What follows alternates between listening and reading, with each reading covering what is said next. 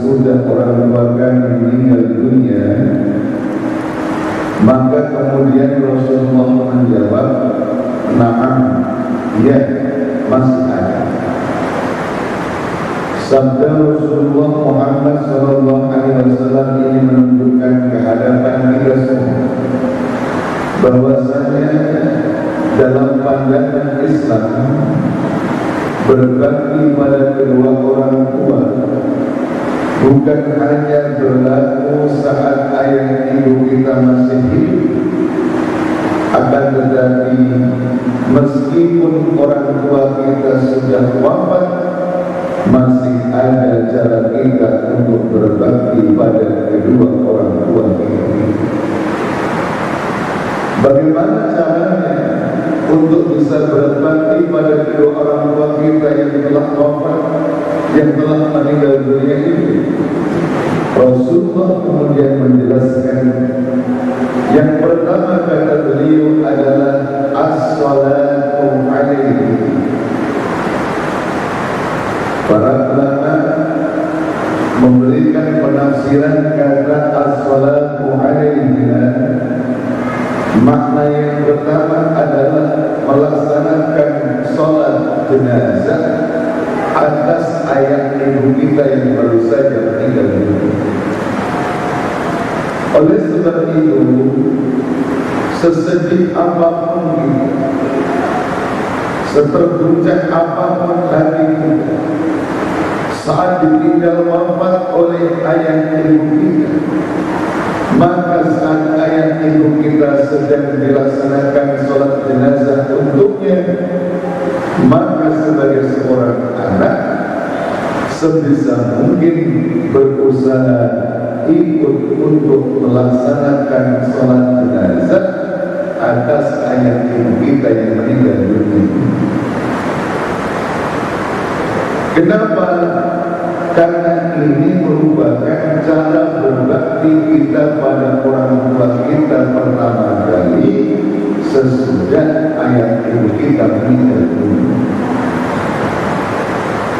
Karena dalam kenyataan tidak sedikit, karena dengan alasan hiruk pikuk, sedih, terguncang saat ayah ibunya sedang disolat jenazah, anak tidak ikut melaksanakan sholat jenazah.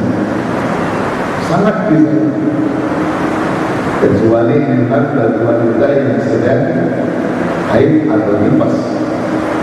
Tapi ketika tidak ada uzur, usahakan kita ikut melaksanakan sholat jenazah atas ayah ibu kita yang meninggal dunia.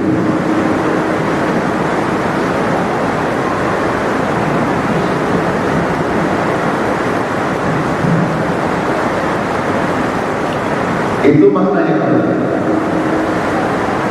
Ada sebagian yang mengartikan as-salatu alaihima ay bimakna doa, yakni mendoakan kedua orang tua kita yang meninggal dunia.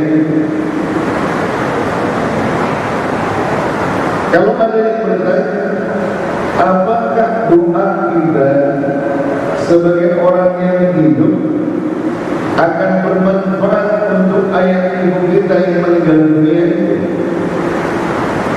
Maka dalam akidah Ahlussunnah wal Jamaah secara tegas dikatakan doa orang yang hidup itu bermanfaat untuk orang yang telah meninggal dunia. Apa dalilnya bahwa doa orang yang hidup itu manfaat untuk orang yang meninggal dunia? Termasuk doanya anak itu bermanfaat untuk yang meninggal dunia.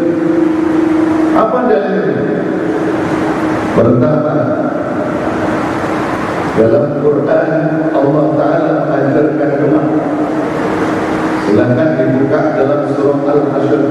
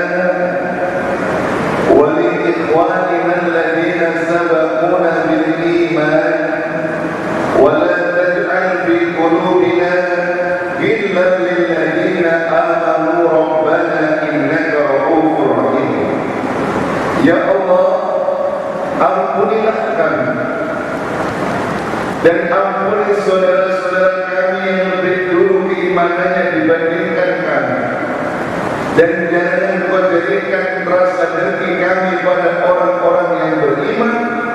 Sesungguhnya Engkau Maha Pemaaf lagi Maha Penyayang. Dalam ayat ini Allah mengajarkan kita untuk berdoa, memohon ampunan untuk diri kita, wa li ikhwanina alladziina sabaquna bil iman, dan kepada saudara-saudara kita yang lebih dulu imannya dibandingkan kita. Siapa mereka yang lebih dulu imannya dibandingkan kita?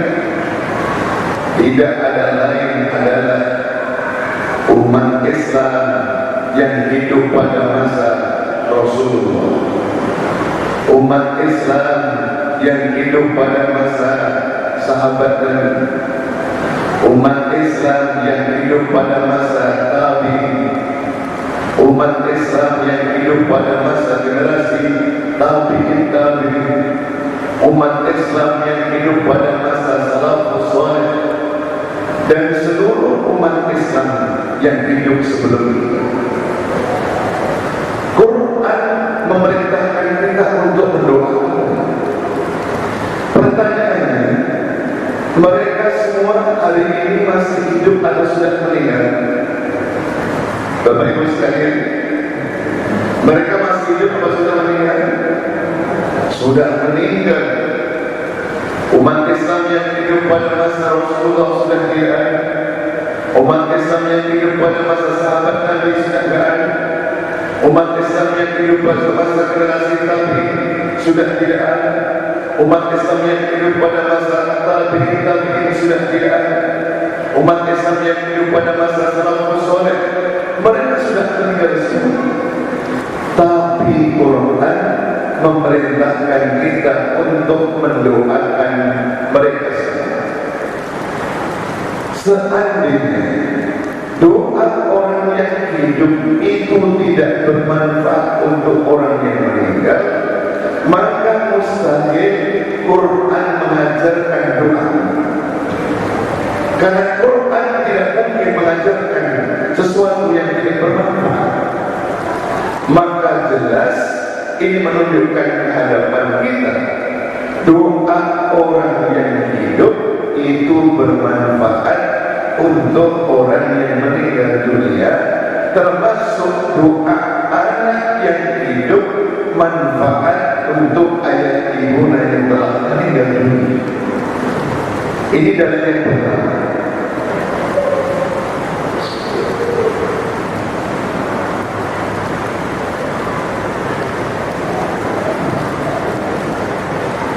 Kemudian dalil yang kedua, baginda Rasulullah Muhammad sallallahu alaihi wasallam mengajarkan kepada kita ya, untuk melaksanakan sholat jenazah. Sholat jenazah itu ada 4 kali takbir. Bapak Ibu pernah sholat jenazah? Pernah ya? Ibu-ibu pernah sholat jenazah? Pernah? Kenapa saya tanya? Karena saya keliling dakwah sampai ke Anambas, ke Natuna, ke Lingga, ke Karimun, sampai ke Guntung sana. Kadang-kadang ada di masyarakat saya tanya, ibu pernah sholat jenazah? Belum. Kenapa? Takut. Makanya saya tanya, biar kita punya pemahaman yang sama.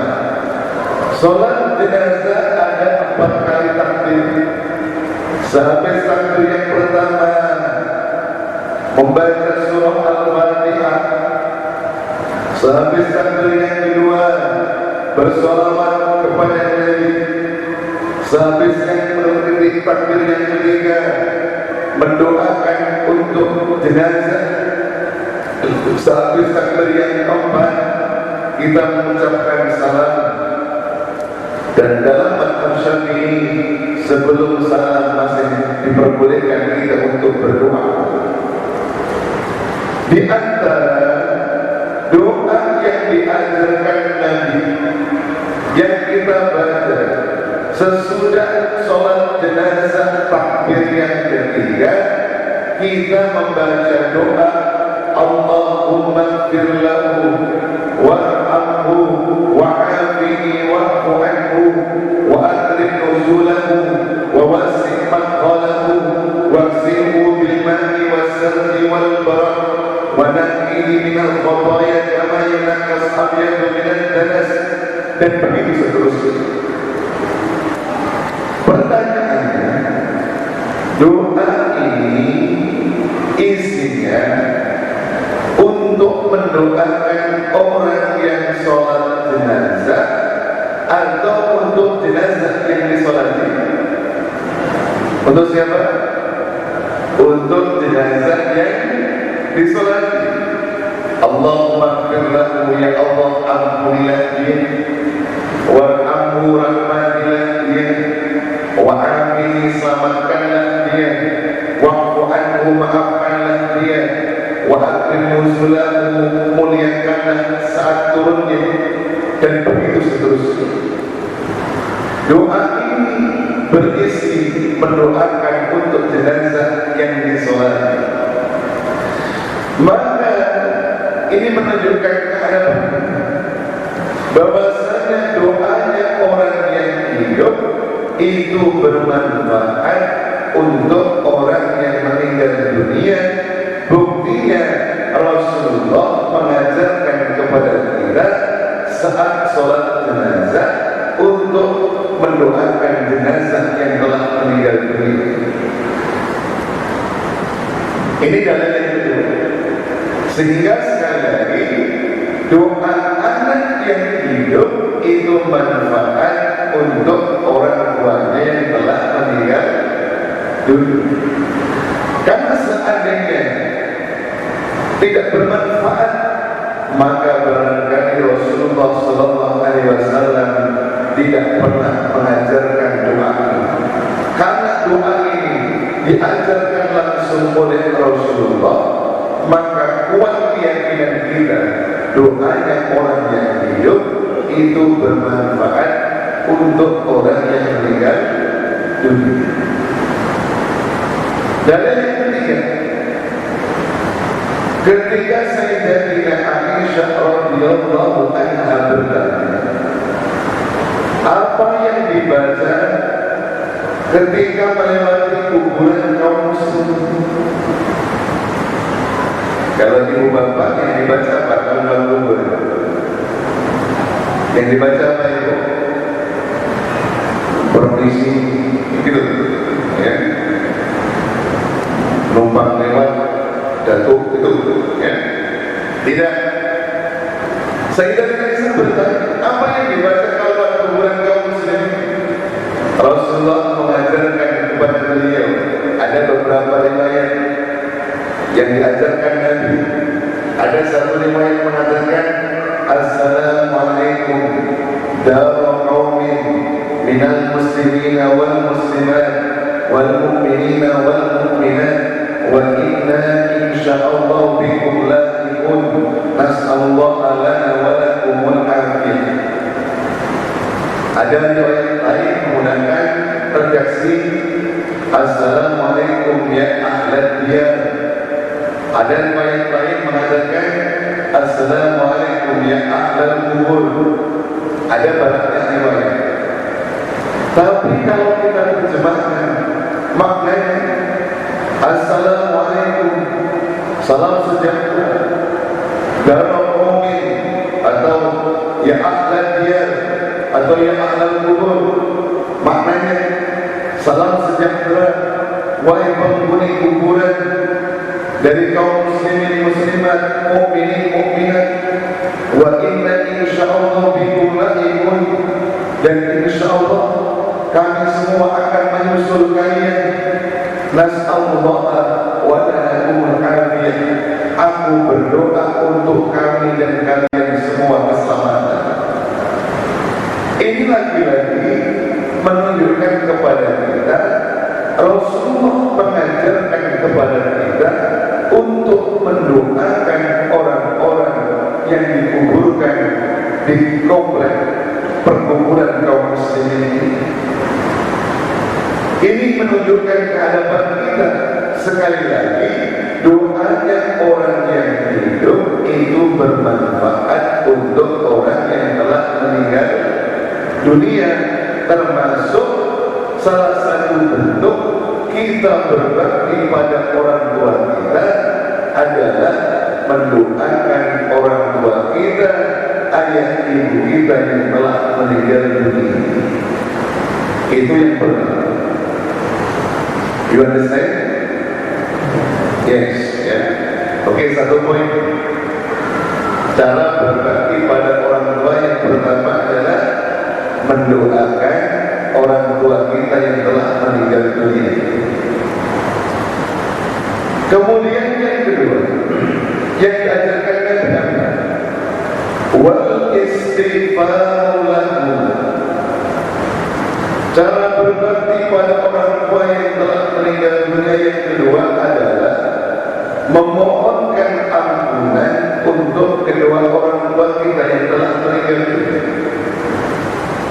Mungkin ada yang tanya, Pak Ustaz, Pak Kiai, bukankah mohon ampun itu termasuk bagian dari doa? Kenapa Nabi menyebut yang pertama mendoakan kedua orang tua yang telah meninggal itu?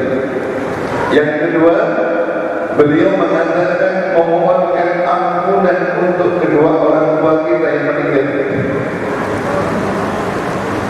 Jawabannya adalah memang memohonkan ampun itu termasuk bagian dari doa.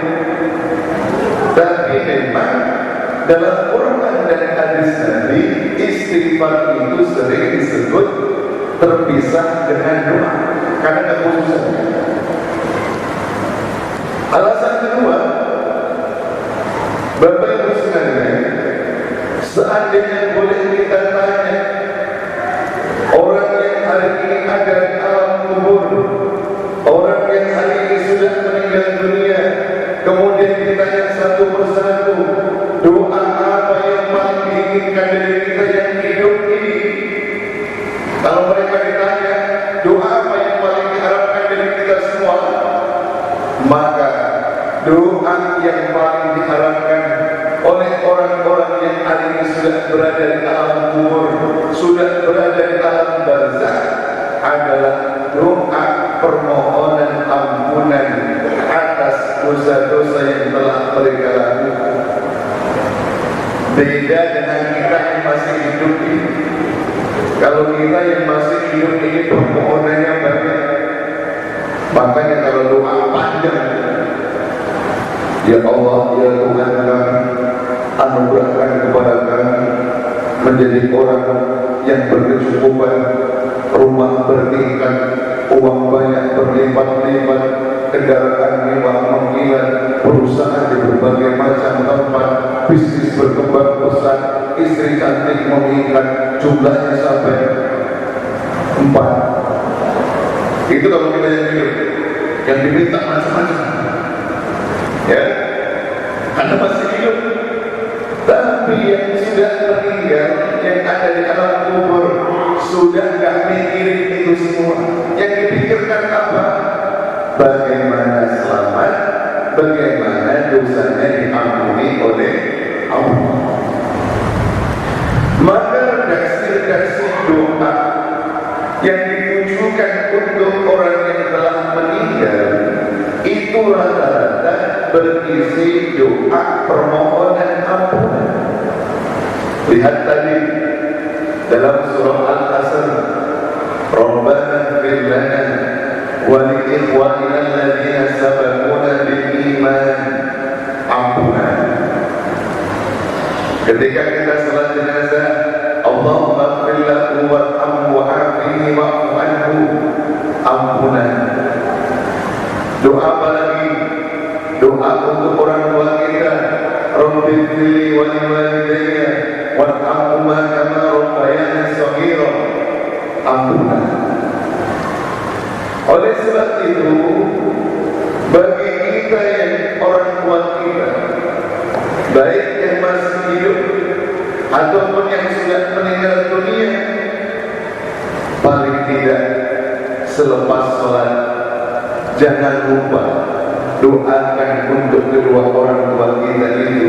Setidaknya setiap habis sholat 5 waktu, tengadahkan tangan kita, Rabbi fili wali walidayya warhamhuma kama rabbayani shaghira, sampai. Kenapa? Ini bentuk cara kita birrul walidain atau berbakti pada kedua orang tua kita, baik yang masih hidup, terutama yang sudah meninggal dunia. Ini yang kedua. Jadi saya ulang, yang pertama mendoakan, yang kedua memohonkan ampunan untuk. Kemudian yang ketiga, cara berbakti pada orang tua kita yang meninggal dunia itu bagaimana? Rasulullah mengajarkan wa infadu ahdihim, menunaikan janji-janji kedua orang tua kita yang telah meninggal. Mungkin ayah ibu kita pada saat hidup pernah berjanji dengan seseorang, belum sempat dipenuhi janji itu, ajal telah menjemputnya, maka kita sebagai anak penuhilah janjinya hari ini. Mungkin ayah ibu kita sebelum meninggal punya hutang belum sempat dibayar, ajal telah menjemputnya. Hari ini kita sebagai anak, sebagai bentuk bakti pada kedua orang tua, lunasilah hutang-hutang.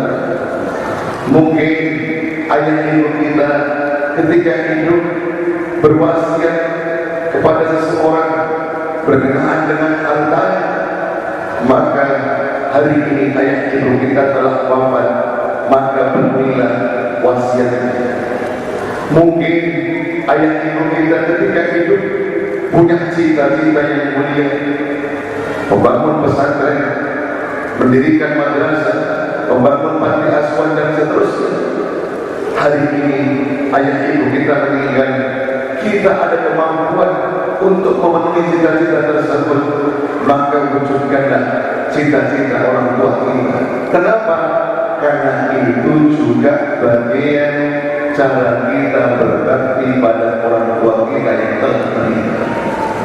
Maka dalam Islam, ketika orang meninggal dunia lalu punya harta peninggalan, harta pusaka, harta warisan, maka dalam Islam harta peninggalan orang tua, harta pusaka tidak boleh langsung dibagi untuk ahli waris.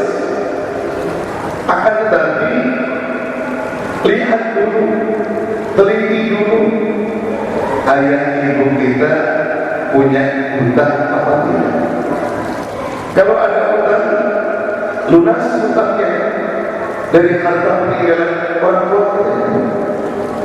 Waktu hidup orang tua kita punya janji terkait dengan harta apa tidak. Kalau punya janji, penuhi janji itu, tunaikan dengan harta peninggalan orang tua kita. Sebelum meninggal, orang tua kita punya wasiat terkait dengan harta apa tidak. Kalau ada wasiat, tunaikan hari ini. Karena ingat, orang boleh berwasiat berkenaan dengan harta dalam Islam itu sampai sepertiga harta. Contoh, orang tua kita sakit keras, berwasiat, nanti aku kalau meninggal, aku punya aset, kalau di total ada sekitar 300 juta, yang 100 juta berikan ke masjid, aku wasiat kepada kalian semua. Ayah ibu kita meninggal, ternyata benar harta peninggalannya 300 juta. Beliau berwasiat 100 juta berikan ke masjid, maka wajib kita untuk menunaikan wasiat tersebut. 100 juta berikan ke masjid. Jangan kemudian punya pikiran sayang betul kalau dibagi untuk kita kan lumayan. Ingat wasiat. Ini cara berbakti pada orang. Ya, seperti yang diajarkan apa? Menunaikan janji-janji kedua orang tua. Kemudian yang keempat, Rasulullah mengajarkan wasilaturrahim la tusalu ila bihi, menyambung tali silaturahim dengan orang-orang yang ada hubungan kekerabatan dengan kedua orang tua. Dengan kata lain, jangan sampai orang tua kita meninggal terputus hubungan kekeluargaan, terputus hubungan kekerabatan, terputus silaturahim dengan adik tua. Gak boleh. Maka itu dalam Islam memahami silsilah keluarga itu penting. Bahkan boleh dikatakan paham silsilah keluarga itu bagian dari tuntunan syariat. Betapa banyak syariat Allah dikaitkan dengan silsilah keluarga. Wanita halal dinikahi apa tidak, harus tahu silsilah keluarga. Nanti bagi warisan, siapa yang akan jadi ahli waris, kita harus paham silsilah keluarga. Orang menikah, siapa yang berhak jadi walinya, harus paham silsilah keluarga. Hari ini mohon maaf, banyak orang yang mengabaikan silsilah keluarga ini.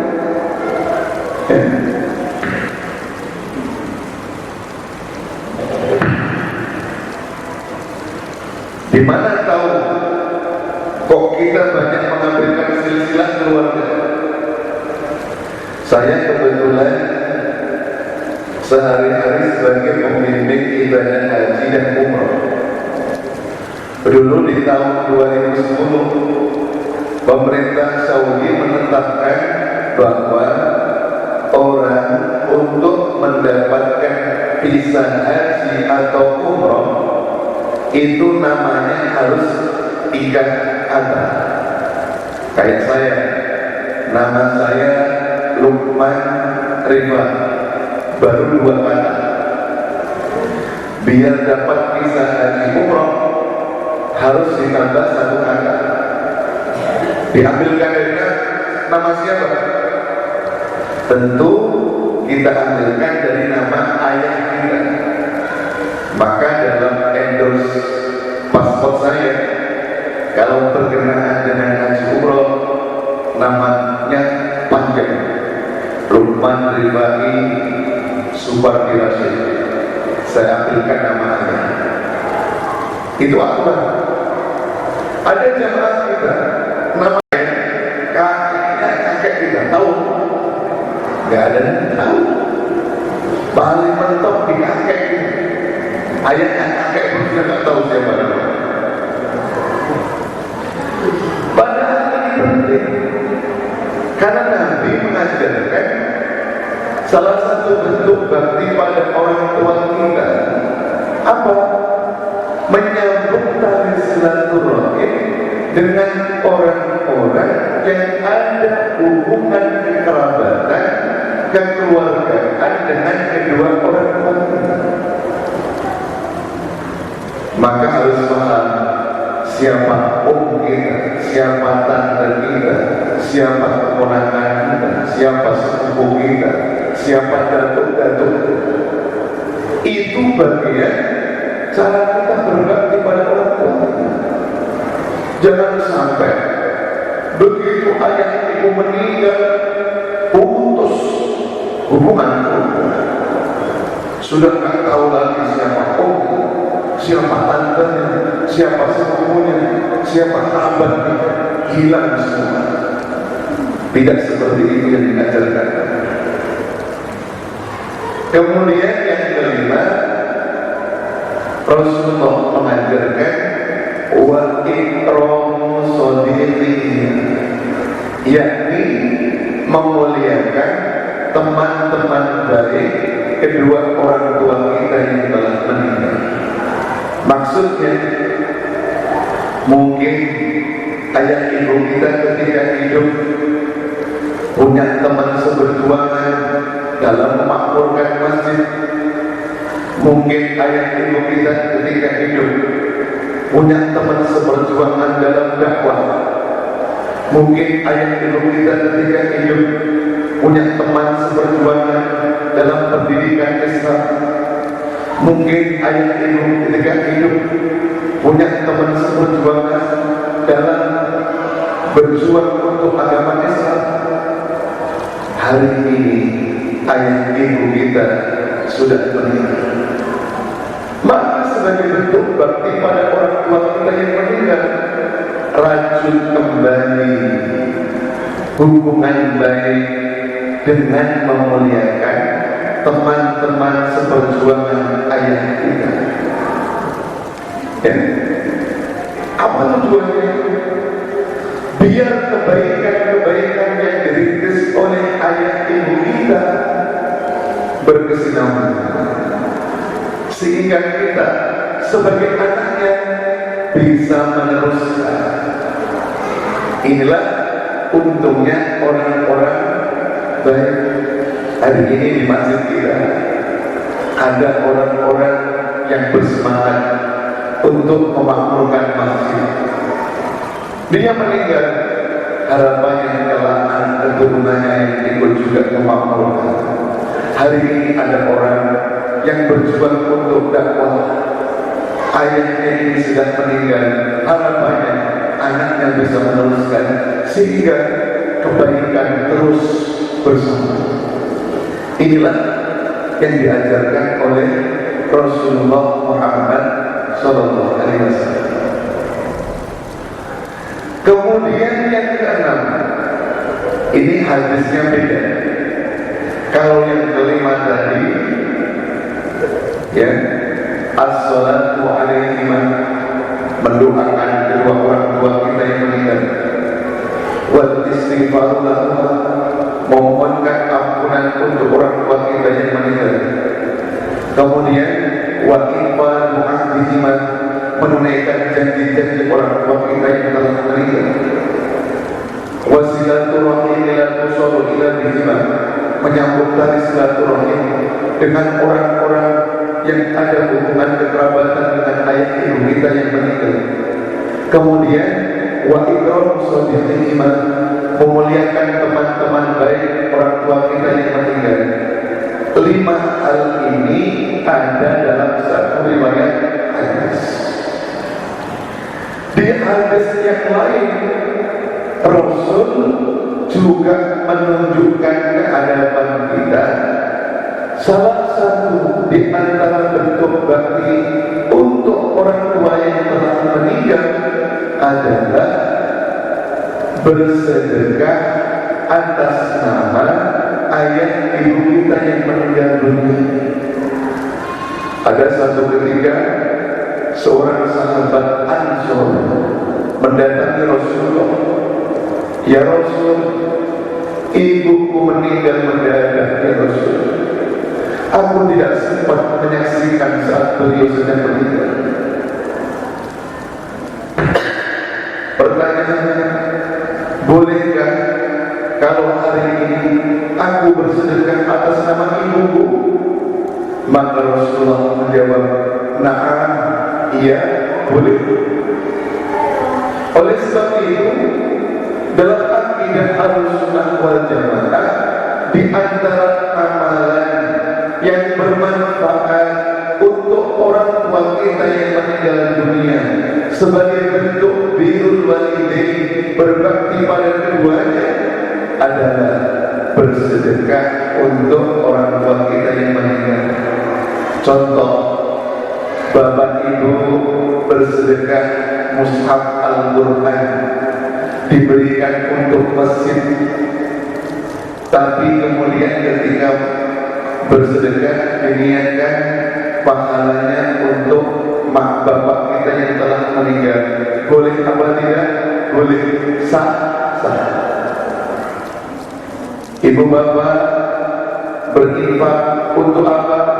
Karpet masjid, diniatkan aku berinfak untuk karpet masjid ini, pahalanya diniatkan untuk ayah ibuku yang telah meninggal dunia. Boleh? Boleh. Dan begitu seterusnya. Jangankan di negara Saudi Arabia yang terkenal cukup ketat pemahamannya dalam persoalan-persoalan seperti ini, tapi sering kita temukan banyak di antara anak-anak mereka bersedekah tapi diniatkan untuk orang tuanya yang meninggal. Saya pernah pengalaman ketika umroh di bulan suci Ramadan. Bapak Ibu nanti kalau ada rezeki boleh mencoba. Ini umroh insya Allah kan sudah mulai buka lagi. Setelah 2 tahun off, saya 2 tahun berhenti, tidak ada membimbing haji umroh. Nanti ketika umroh Ramadan,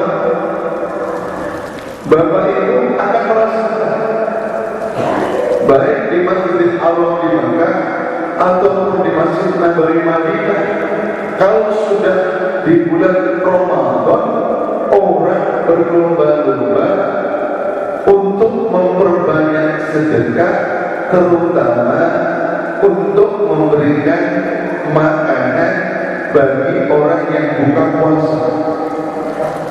Jadi kalau sudah Ramadan, Masjidil Haram, Masjid Nabawi itu seperti dikapling-kapling oleh orang. Pojok sebelah sini milik si A. Selama 1 bulan dia memberikan buka puasa untuk 50 orang. Sebelah sini untuk si B menanggung buka puasa untuk 100 orang. Sebelah sini untuk C nanggung buka puasa sampai 1000 orang. Berubah. Kadang-kadang menu takjil buka puasa itu sampai diangkut kontainer. Itu kalau datang Ramadan. Salah satu yang menarik, kadang-kadang kalau kita keluar dari hotel menjelang maghrib, itu bukan orang berebut mendapatkan sedekah, tapi orang yang mau sedekah berebut orang yang mau terima. Jadi kadang-kadang ya, tahu sih, baru keluar dari hotel kita sudah dijemput sama-sama menawarkan di tempat saya saja, di tempat saya saja, tempat sampai 30 orang. Hari-hari bingung tidak mau duduk yang mana. Kadang-kadang saya ikuti, namanya orang Arab, kalau nggak diikuti nanti pam ikuti. Nanti begitu sudah sampai di halaman masjid, saya tanya, tempat punya mana? Itu. Kalau punya sana, punya sambil saya lihat kira-kira yang tumpukannya agak banyak, baru lebih. Yang menarik apa? Pernah kami duduk, itu yang ditanggung agak 1000 orang ramai. Ada tertulis wajibah iftar sahih, menu buka puasa.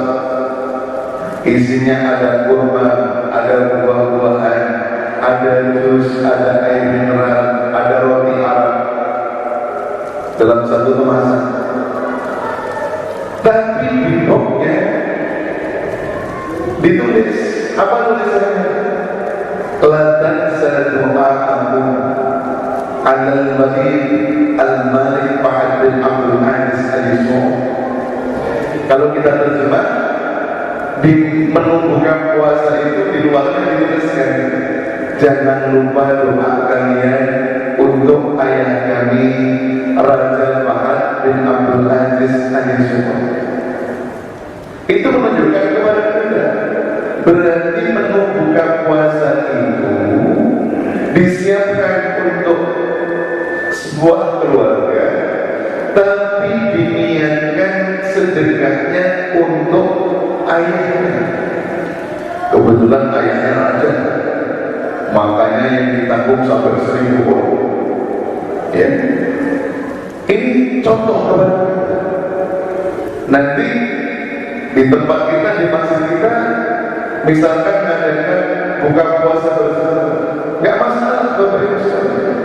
Bapak Ibu yang bikin menu buka puasa, diniatkan pahalanya untuk orang tua kita yang meninggal. Boleh, sah.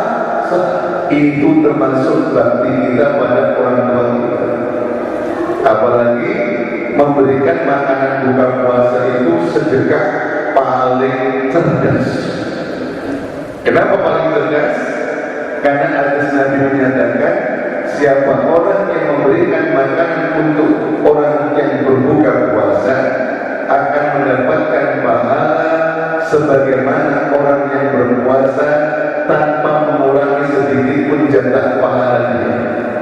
Jadi kalau hari ini misalkan bisa memberikan buka puasa untuk 100 orang, berarti di hari tersebut kita mendapatkan pahala 100 orang yang berpuasa, tapi tidak sedikit pun mengurangi pahala orang yang puasa. Ini sedekah kita. Terakhir, cara berbakti pada orang tua yang meninggal dunia yang terakhir adalah melaksanakan badal haji ataupun umrah untuk orang tua kita. Pada masa Rasulullah ada orang datang, ya Rasul, orang tuaku sangat ingin menunaikan ibadah haji, tapi belum sempat berhaji, ajal telah menjemput. Bolehkah aku berhaji atas namanya? Kata Rasulullah, tentu boleh. Bukankah seandainya orang tua mempunyai hutang, engkau yang paling bertanggung jawab untuk membayarnya, lebih-lebih hutangnya kepada Allah. Kemudian di kesempatan yang lain, Rasulullah pernah ketika memandangkan talbiyah berpakaian ihram, Rasulullah mendengar ada seseorang yang bertalbiyah labbaik Allahumma syukran, aku penuhi panggilan haji ini ya Allah untuk syukran. Rasulullah mendengar kalimat tersebut lalu bertanya, mana syukran? Siapakah syukran itu? Laki-laki ini menjawab, syukran itu saudara dekatku ya Rasulullah. Maka Rasulullah balik bertanya, sudahkah engkau berhaji? Belum ya Rasulullah. Maka kata Rasulullah, berhajilah engkau untuk dirimu terlebih dahulu. Nanti kalau ada kesempatan, barulah engkau berhaji untuk syukran saudara. Dari kisah ini maka dapat dipahami, membadal hajikan atau membadal umrohkan orang tua kita yang telah meninggal dunia itu hukumnya boleh, sah dengan 2 syarat. Syarat yang pertama, orang yang dibadal hajikan, dibadal umrohkan itu orang yang telah meninggal dunia. Syarat yang kedua, orang yang melaksanakan badal haji, badal umrah, dia sudah pernah melaksanakan ibadah haji dan umrah. Kalau 2 syarat ini terpenuhi, maka sah dan sesuai dengan ketentuan syariat, insya Allah termasuk amalan yang bermanfaat untuk kedua orang tua kita yang meninggal dunia sebagai bentuk bakti kita kepada kedua orang tua kita yang meninggal dunia. Inilah Bapak Ibu sekalian yang bisa kita kupas pada majelis kita pagi hari ini. mudah-mudahan bisa kita petik hikmah dan manfaatnya. Intinya berbakti pada kedua orang tua dalam ajaran Islam bukan hanya saat ayah ibu kita masih hidup, akan tetapi meskipun ayah ibu kita telah meninggal dunia, masih ada cara kita untuk berbakti pada kedua orang tua kita yang meninggal dunia. Bagaimana caranya? Yang pertama adalah mendoakan. Yang kedua adalah memohonkan ampunan untuknya. Yang ketiga, menunaikan janji-janji. Yang keempat, menyambung tali silaturahim dengan orang-orang yang ada hubungan kekerabatan dengannya. Yang kelima, yakni menyambung hubungan baik dengan memuliakan teman-teman baik kedua orang tua kita. Yang keenam adalah bersedekah atas nama kedua orang tua kita. Yang terakhir, melaksanakan badal haji ataupun badal umrah untuk kedua orang tua kita yang telah meninggal. Demikian, mudah-mudahan bermanfaat. Masih ada waktu beberapa menit untuk menuju pada jam 6. Kita selanjutnya berikan kesempatan dialog interaktif atau tanya jawab. Sekiranya ada persoalan-persoalan yang ingin didiskusikan pada pagi hari ini, kita buka kesempatan tanya jawab atau dialog interaktif. Kami silakan.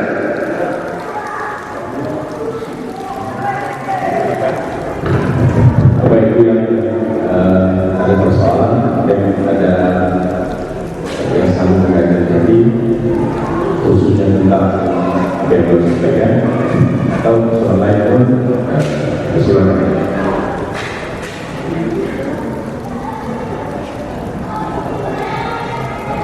Tanda Mas Edo.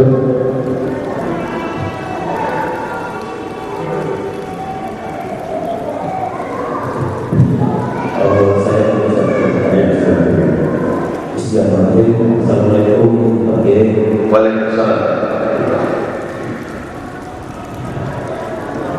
Saya pernah mendengar bahwa anak yang mendoakan orang tua sejak sholat itu termasuk doa. Bagaimana saya mendengar ini pernyataan itu, apakah itu sahih atau bagaimana? Terima kasih. Terima kasih. Memang beberapa bulan terakhir saya tengok ada di beberapa grup WhatsApp atau Facebook yang narasinya mengesankan siapa orang yang berdoa untuk orang tuanya hanya sehabis sholat 5 waktu dianggap sebagai anak yang